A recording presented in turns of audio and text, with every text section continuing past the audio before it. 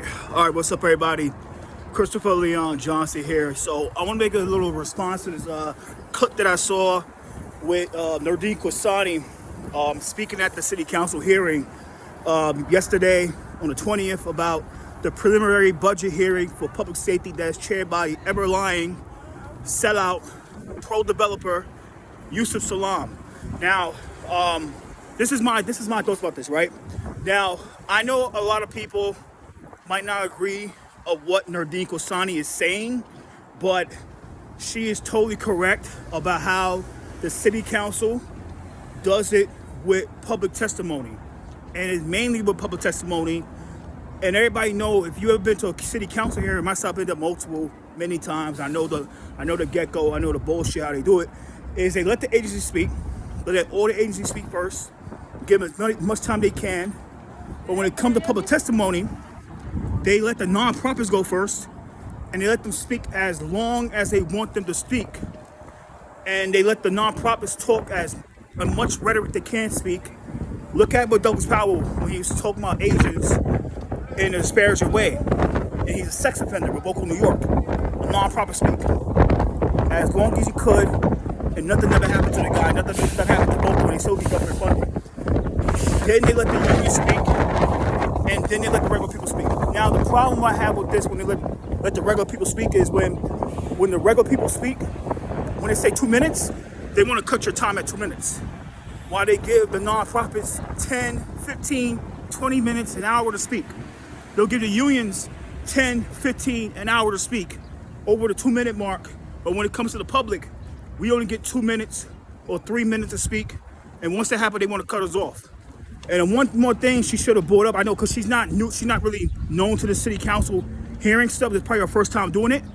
Is that the city council like to prioritize the people that get them in office first, get them to set the political office first, and then everybody else get to the back.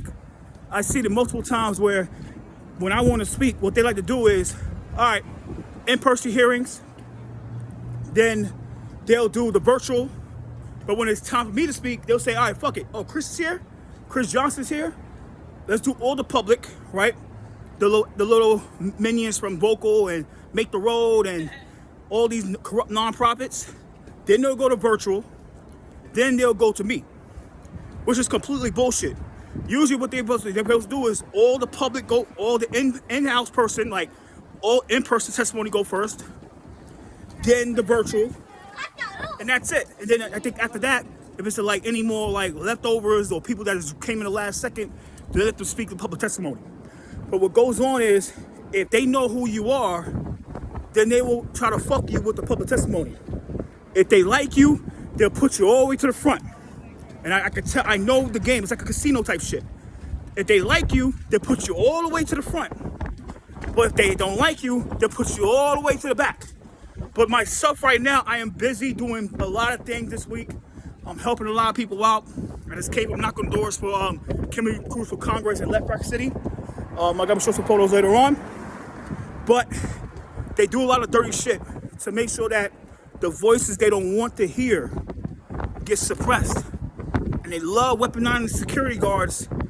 Security, not cops. Security, who I respect in there because I respect them, they respect me back. To start kicking people out when they want them out the door.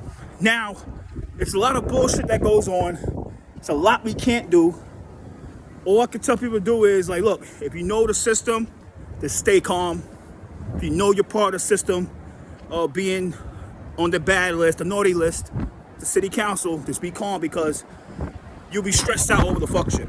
So I respect Nardine Quasani for calling that shit out to Yusuf Salaam, the ever-lying Yusuf Salaam. I respect her for calling that nigga out for that, because he need to be called out for that.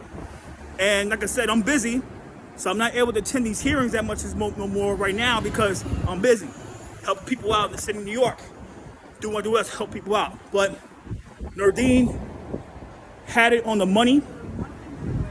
Nardine put everything on the money. She was right on the money of how the city council likes to suppress certain voices they don't approve of. And like I said, you might not like Palestine, you might love Palestine, You might like Within a Lifetime. You might not like Within a Lifetime. But the way they handle things, the city council, like the suppressed voices they don't approve of, or they're like, all right, this might fuck up what we got going on here with certain nonprofits. They gotta suppress it. So it's fucked up. It's wrong. Like I said, people might not like Nardine because of views about Israel and supported Palestine, but she was totally on the money about what happened in the city council hearing. It doesn't matter what people say about Allah. It doesn't matter. Religion is religion. But she was correct about what happened with the city council. How they let the certain people of the political world talk and much Reddit they want to talk to, calling Asian people garbage, like Douglass Powell, who worked for Vocal New York, and all these other nonprofits that sell the most vile rhetoric and stuff. But when it comes to the real voices, they get suppressed. So I'm about to go, about to leave, about to log off, and take care. Later.